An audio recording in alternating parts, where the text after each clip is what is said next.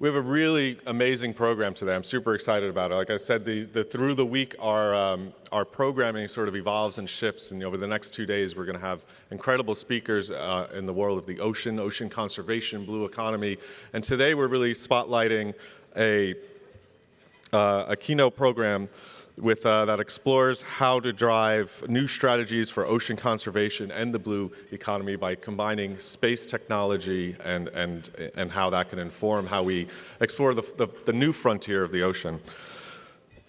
Dr. Scott Parazynski is the Director of Space Services at Proteus Ocean Group, a former NASA astronaut, spacewalker, and resident of the International Space Station. He brings over 30 years of experience in aerospace, biotechnology, robotics, and medicine to the global Smart Ocean platform. In addition to his enthusiasm for space, Scott has a deep-seated commitment to ocean exploration and conservation, contributing his expertise to Proteus Ocean Group's mission to drive advancements in marine research.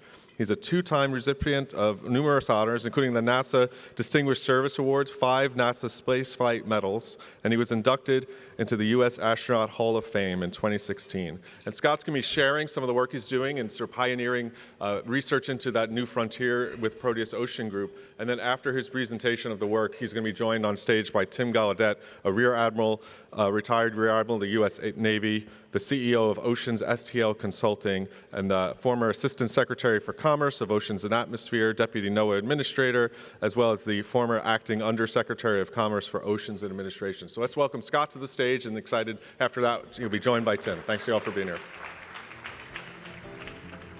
Thank you very much. I'm honored to be here with you today and to share my perspective on the corollaries between space and ocean exploration and the imperative, the absolute necessity for us to invest more in ocean exploration in this day and age. So I have some beautiful photographs and stories to tell. Are you able to see? Oh, there we go. Let me go back a little bit here. As I was introduced, I am the Director of Space Services at Proteus Ocean Group, and this is a company that was founded by Fabien Cousteau, who's the first grandson of one of my boyhood heroes, Captain Jacques Cousteau. I grew up actually aspiring to become a marine biologist. I took a few detours along that path and became a physician and did a few other things, but my passion remains in the ocean, and so a number of years ago I met Fabien for the first time, and 2 years ago I joined Proteus, and it's an entity that I'll tell you a little bit more about as we progress. But I am a prodigy of the Apollo era. My father worked on the Saturn V boosters that took astronauts to the moon in the late 60s, early 70s. So I had model rockets and posters on the wall. Every kid on the block wanted to become an astronaut, I think, when I was a kid, but I just never grew out of it, and I was tenacious, and so I wanted to ultimately be this guy right here. I wanted to travel to Mars. I wanted to become essentially the Neil Armstrong, setting those first boot prints on Mars and rappelling down into the Valles Marineris, the deepest canyon in the solar system, and maybe climbing Olympus Mons, 5 times taller than Mount Everest here on Earth. It didn't quite work out that way for my career, but I ultimately became an explorer, a physical explorer. Obviously, as an astronaut, has been mentioned, but I've had the opportunity to summit Mount Everest and travel to the South Pole. I've been deep inside an active volcano, set the first boot prints at adjacent Masaya volcano in Nicaragua, and I spent a lot of time underwater, a great passion of mine. I learned how to scuba dive when I was 11 years old. My parents were quite adventurous, and we ended up living in West Africa. And so some older French kids strapped a pair of twin 80s on my back, and my only instruction was, go down, have some fun, and come up when you run out of air, which is not good instruction for your first scuba dive, but it changed my life forever. And even in that very first dive, I could actually conjure what would it be like to actually be Ed White, the first astronaut who walked in space, floated out there, or Alexei Leonov, the cosmonaut that did it first. To be floating out there in the vacuum of space, it must have felt kind of like what I felt like on that first scuba dive. So I saw the corollaries very early on. So I've been gifted with opportunity to travel in space on 5 occasions, and as was mentioned, I've done 7 spacewalks, which is really, I think, the ultimate astronaut experience, maybe the ultimate human experience that certainly that I've ever had. And so we astronauts come back from this extraordinary perspective, seeing our planet from this otherworldly perspective, and it changes you forever. It's certainly an inflection point in my life to see your home planet as a confluence of humanity and nature, and without lines on the map that depict boundaries and dots that depict cities, but just this enormous continuity of beauty and nature. And so every astronaut comes back somewhat changed from this perspective. At a minimum, you come back an environmentalist. You want to do all that you can to protect our fragile planet that's just out there in the void, in this enormity of the universe and the blackness of space. It's really profound. But I wanted to share with you kind of a funny quote, and I hope I don't offend anyone's delicate political sensitivities, but it's a quote from one of my heroes, an astronaut, Edgar Mitchell, who sadly passed a few years ago, but he was on the Apollo 14 mission, and he said, I hope I can read this, you develop an instant global consciousness, a people orientation, an intense dissatisfaction with the state of the world, and a compulsion to do something about it. From out there on the moon, international politics looks so petty. You want to grab a politician by the scruff of the neck and drag him 250,000 miles out and say, look at that, USOB. So maybe that resonates with some of you, but Edgar had a way to get to the point, which I really loved about him. So we live in dynamic times, of course. I think from a technology perspective, incredibly exciting times as well. And so certainly in the space industry, incredible things are happening. There are new companies, commercial spaceflight ventures, like SpaceX, Blue Origin, Virgin Galactic, Axiom, and many others, that are going to be taking many, many more people up into space for the betterment of humanity, I think. And to do science, engineering, technology development, but even for tourism, as we saw recently with a Blue Origin flight in West Texas. So we're in a transition phase. I call it sort of the barnstorming era of commercial human spaceflight. But ultimately, NASA and in an international partnership with Europeans and Japanese and hopefully Russians and others will be going back to the moon and ultimately to colonize Mars. And I think it's an exciting time to be alive and to be a part of all this. So I wanted to take you briefly into space because we don't have a huge amount of time to share here today, and I want to get to a great conversation with Tim. But traveling up into space is really extraordinary, and it's the reason we go up into space is not just for the technical challenge or for the adventure of it, but it's all about improving the quality of life back here at home. We do use the International Space Station and other assets to look out into the enormity of the universe and try to understand our place in it, to try and understand if life exists elsewhere. But ultimately, the driver is to develop tools and technologies, science, that will improve the quality of life here on Earth. So when I go into an operating room or an intensive care unit as a physician, I see the history, hearkening back to research that was done in space. The Holter monitor that we all take for granted to monitor cardiac activity was actually developed back in the late 50s to monitor astronauts and make sure that they were still alive. And of course, the technology has expanded substantially from there. But of course, the whole genesis of telemedicine that we now take for granted that got us through the COVID pandemic also had its roots in space exploration. And so I could go on and on about the different ways in which our investments in space have been so impactful and why we need to continue to make them. But I'm also going to make a big push here in just a moment. We need to make those same investments in ocean exploration and discovery. So, thank you. I agree. Absolutely. So why do we send humans into space? That's another, and the corollary will be, why do we send humans under the surface of our oceans? And it's to be the observer, to make real-time changes, to be able to repair things. And so one of the most epic experiences of my professional career, on my last spacewalk of my career, during a mission called STS-120, we had to go out and repair a live solar panel. And this was something that, had we not been there, had we not had the ingenuity of researchers and engineers and other specialists at home in Houston, we would have never been able to figure out a way to deal with this robotically. But over the course of 72 hours, engineers conjured up a plan to get a spacewalker, I was the lead spacewalker on the mission, out to the tip of the space station, further than we'd ever ventured before, to actually sew together a ripped apart solar panel. And so this is the power, the extension of human presence that really makes it important to have human explorers in conjunction with robotic exploration to get the most out of it.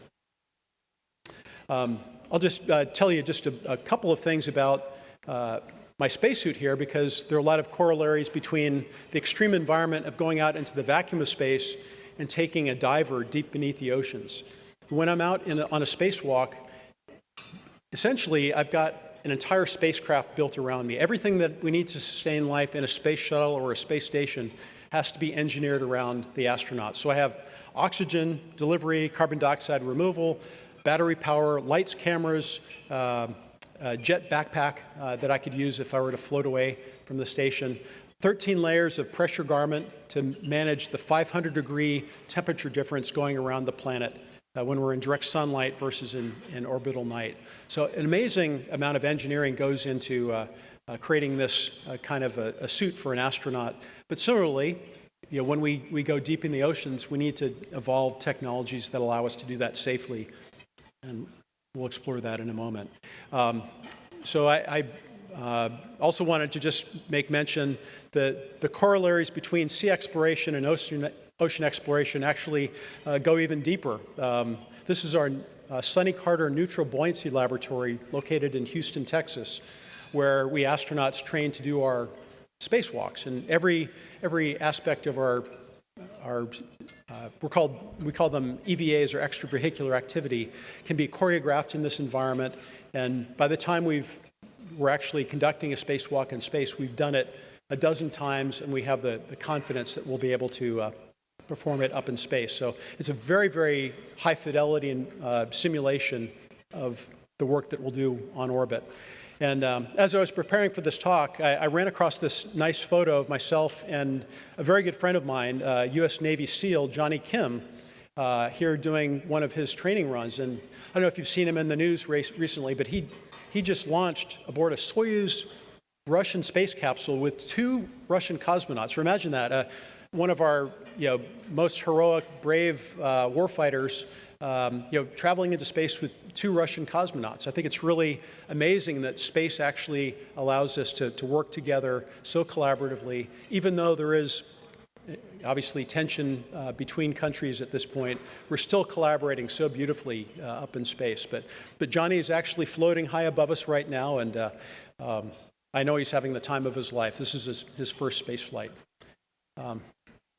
So when you're up in space, and in particular when you're out on a spacewalk, looking down on our oceans, it's just so mesmerizing. I'd imagine many, if not all of you, have seen an IMAX movie of planet Earth, and the brilliant blue and just the enormity of the scene beneath the spacecraft. But there's really no way to catch it in emulsion. It's just the three-dimensionality of it. It's almost iridescent, this beautiful blue ocean beneath us. And it really strikes a lot of us that our planet is actually misnamed. It should be planet ocean rather than planet Earth, because 71% of our planet is actually covered in ocean. And it's really an extraordinary sight. And given that we live in these times when there are new ways to get people to and from space, I hope that some of you at some point in your lives get a chance to see it from that perspective as well. So changing gears, closer to home, but every bit as mesmerizing, in contrast to the overview effect, is what we call the ocean view effect. Imagine if you were living underneath the ocean, 55 feet beneath the ocean. You're a saturation diver. You can't float back up, otherwise you'd suffer decompression sickness, you'd be bent. You're now a resident of the coral reef, and you are immersed in this extraordinary environment. You can recognize the fish, the groupers that inhabit that particular reef. This is the power of basically moving humanity underneath the oceans, and this is the vision that Fabien Cousteau and the Proteus Ocean Group have, to be able to create facilities underneath the oceans that allow us to collect data, to affect discovery, to develop new technologies that will benefit all of us here at home, just as we do up in space. So the future of ocean exploration is paramount. I don't need to tell anyone here in the room, but with coral bleaching and so many other threats to our oceans taking place right now, we need to invest in our oceans substantially. There's obviously a lot of investment going into space, and actually there's been an acceleration of investment in space in the last decade. So the gap between investment in the ocean versus space has actually widened in the last decade, and I think we need to tighten that.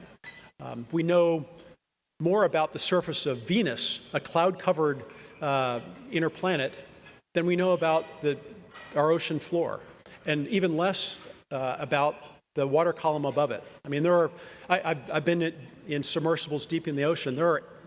I know that they're not alien life forms, but they certainly look alien. And the things that we could discover, the work that we need to do in our oceans is just monumental. And we need to continue to invest and explore. So this is just a short video prepared by the Proteus Ocean Group that I will share with you. Before it was reality, the moon landing was just a dream. A wide-eyed idea that hardly anyone thought could come true. Until it did. There was plenty of room for doubt along the way. Where we are strong and where we are not. But when a dream is audacious enough, We choose to go to the moon. nothing can vanquish it. They hold the key to our future on Earth. 50 years later, we're embarking on the next great mission, led by Astronaut Fabien Cousteau. A mission so daunting, it has forced many explorers to stand down. Inspired by their attempts, these brave men and women are picking up the torch. Meet the Astronauts, who dream to live and work deep below the ocean's surface.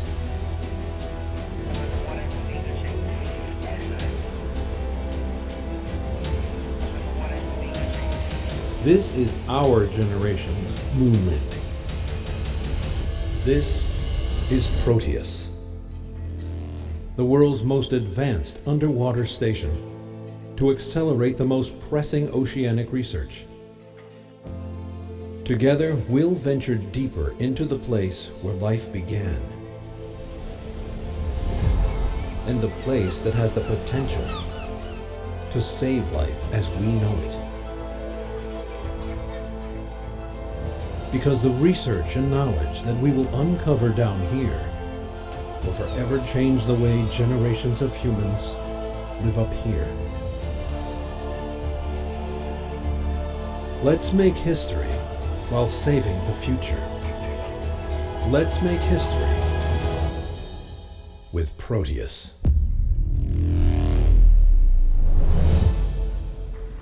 Cool, huh?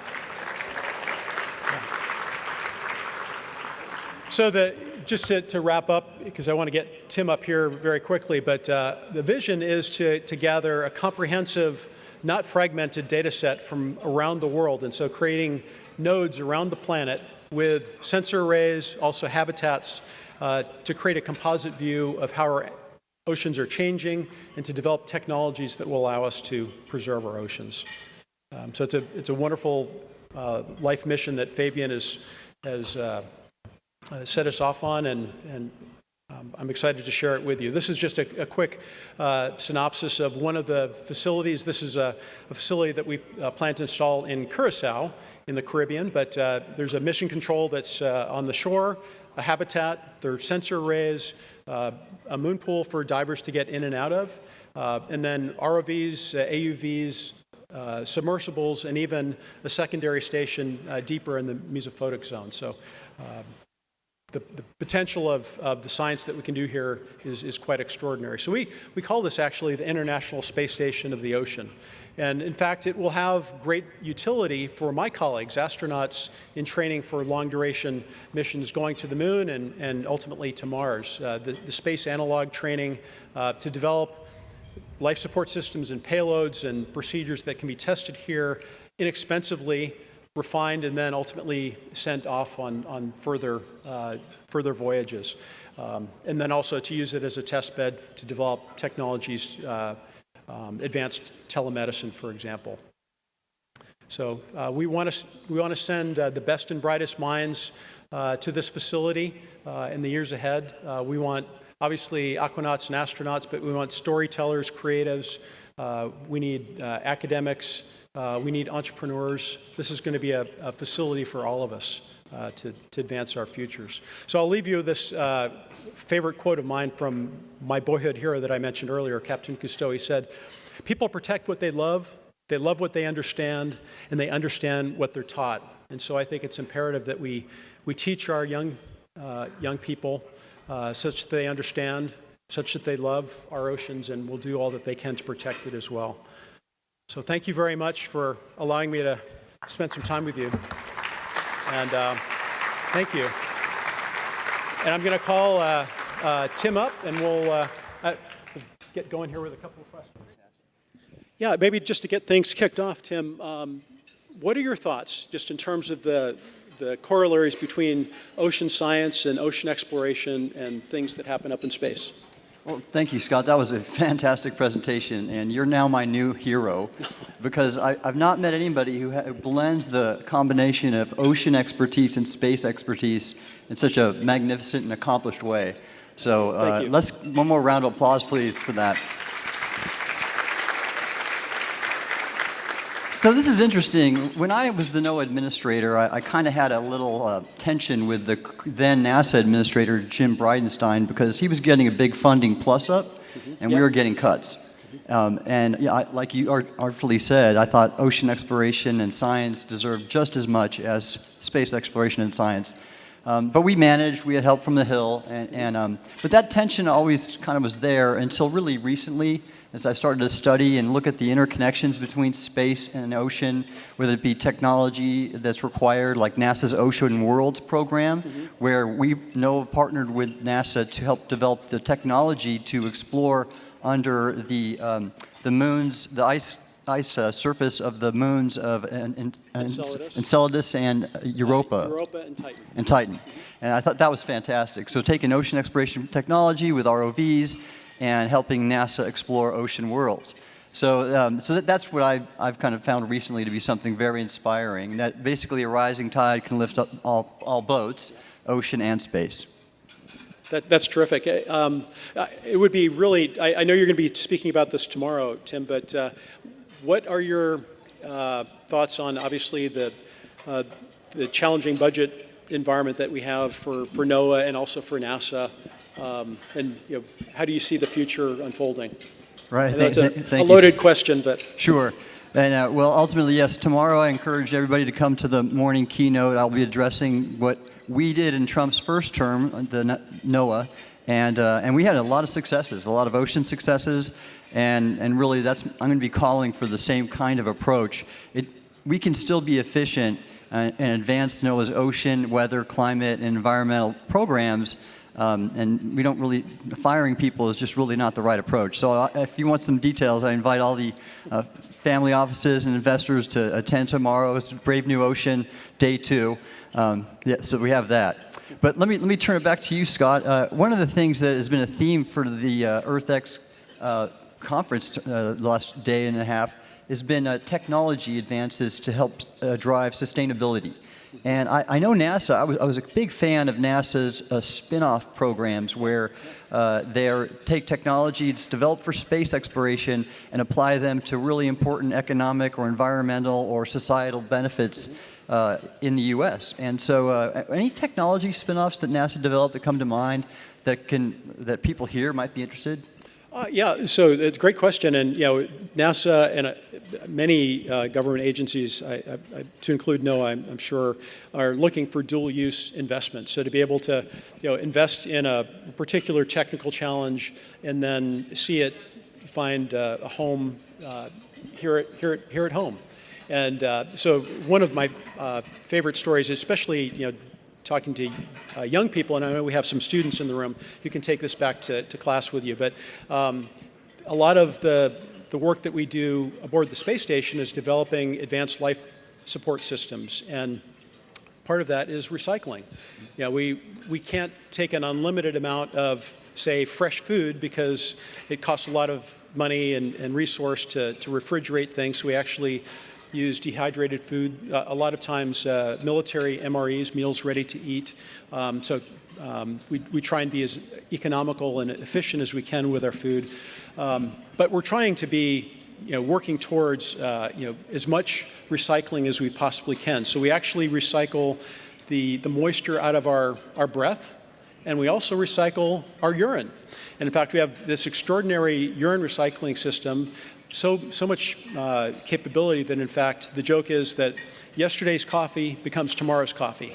And in fact, the water that you get out of this purification system is cleaner than you will get out of the wash basin. So there are many examples of technologies like that ultimately we'll all take for granted. But I think NASA in particular is a wonderful organization to be very mindful of the use of tax dollars. Yeah. Fantastic. I have another question for you. So during these uncertain times with respect to federal funding for ocean and environmental issues, one of the things that I found, for example, when I served at NOAA, was the importance of leadership. And people here, Trammell Crow, thank you for your leadership in convening this fantastic event. Let's give Trammell a round of applause. And so showing leadership in these areas can make a difference. And I'm curious about your thoughts on leadership. You've led these different space missions, and do you have a leadership philosophy or some principles you want to share? Yeah, it's great question, Tim. And I think one of the approaches that NASA has always had in its crew composition and the way we train for our missions and then fly them, train like you're going to fly, is to not have a strict line of command. In most cases, it doesn't require an on-the-spot decision from an ultimate authority. So on all of my missions, there were different leaders for different activities. I was the lead spacewalker, for example, on all of my flights. So people would initially come to me with any questions on spacewalking, but ultimately we sought to get the best ideas out of the entire crew. So many times, and I've seen this in other aspects of my life, it's the most junior person who has the least experience, who has the least amount of historical reference, who comes up with the most brilliant idea. They're not wed to the way things have always been done, but they have an idea from left field that's actually the game winner. And so that's sort of the mindset that we would use in our flights. Oh, I admire that. When I served in the Navy, there was a principle called mission command, and it was about empowering leaders forward in the field and not having them ask permission to do a mission or a certain way from higher headquarters ashore. And that's why you see the naval officers, their leadership is ingrained in their persona. But I also like the principle you just espoused of leading up, empowering junior people to lead up. And I think that's one of the greatest leadership principles there is. I have a question for you, just in terms of the future of technology in ocean science, ocean discovery, what are the things that you're most excited about, for climate science, ocean conservation? Right, we had a good panel. Thanks, Scott. We had a good panel yesterday, our fireside chat with Dr. Sylvia Earle, and I had mentioned that autonomy, AI, and drone technology is allowing us to get a picture of the ocean and the planet that's more resolved and accurate than ever before. And that excites me. These are technologies that aren't just being developed, they're not R&D, they are here now. Mm-hmm. And the private sector and entrepreneurs and startups all around are advancing these. And I think we should be embracing those. The investors here, the family offices, these are the technologies that are going to allow us to really address the sustainability concerns we have going forward. And in fact, that is something this White House is embracing, and that's commercial solutions rather than having the government go do years of R&D to get something done. And so that's something I can definitely get behind. Yeah, actually, the commercial drivers, can really accelerate those advances faster than a long-term government investment. What are your thoughts, though? What is the government's role? Should the government, say at NASA or NOAA, still be involved in kind of the moonshots? Well, yeah, I think so, Scott. I mean, the government has a role in providing core services, but then you see, look at space. You have SpaceX and Blue Origin, as you really well described, taking on a leadership role, but they couldn't do it without support from NASA. And the same goes for NOAA. In fact, one of my favorite accomplishments at NOAA for ocean exploration was this. So the Trump administration last time around was giving NOAA funding cuts. So our solution was, all right, let's partner with these billionaires that love the ocean too. So Ray Dalio had Ocean X, and so we were getting on his ship and using his data. Victor Vescovo, the famous explorer, I signed an agreement with him. We were putting people on his ships, and he was sending his data. He mapped the Aleutian Trench for the first time ever and gave us that data.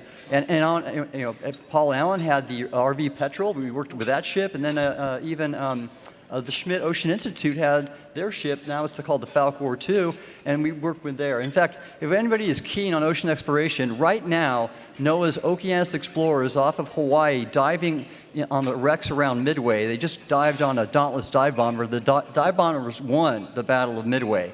And so this is really great history and exploration happening today.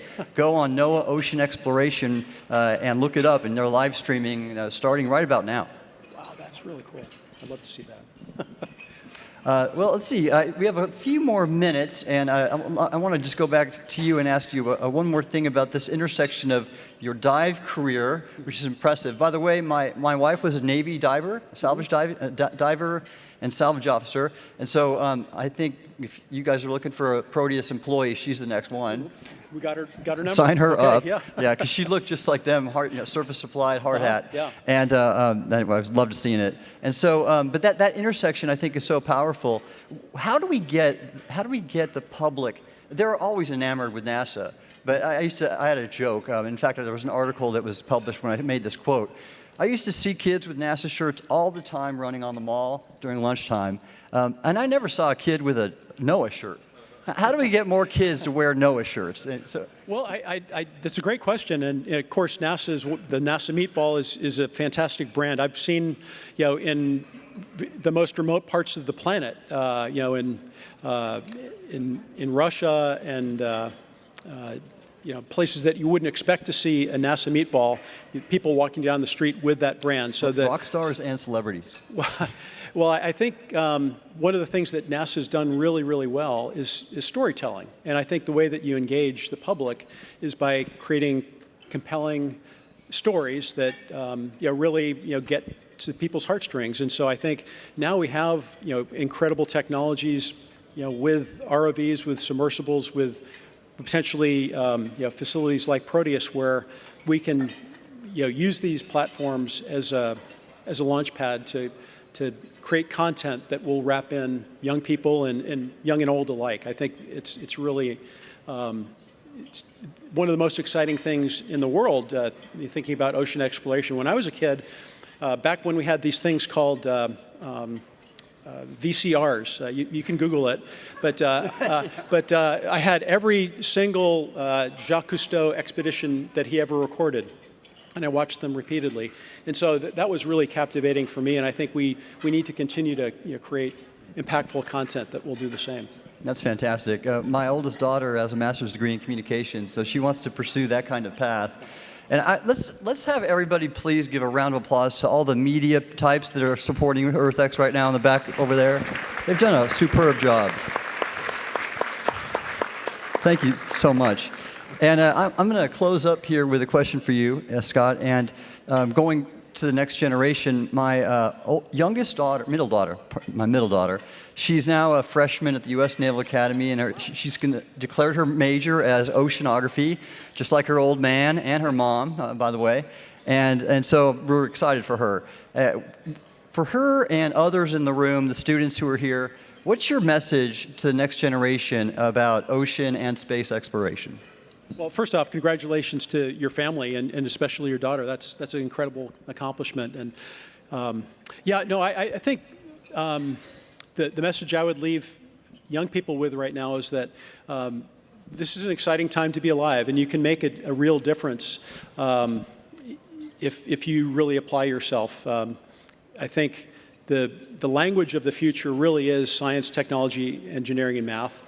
It might throw in medicine and the arts as well, but I think there are going to be opportunities to participate in ways that were never possible, even when I was a kid. I grew up, and I knew that becoming an astronaut was a far-off goal and probably very low yield for me. But now there are many more opportunities for people to both travel deep beneath our oceans as well as to travel into space and to apply technology, including AI and other resources, to really affect positive change. And so we have lots of problems to solve, and get after it. That would be my message. Let's do it. Thank you, everybody. Thank you.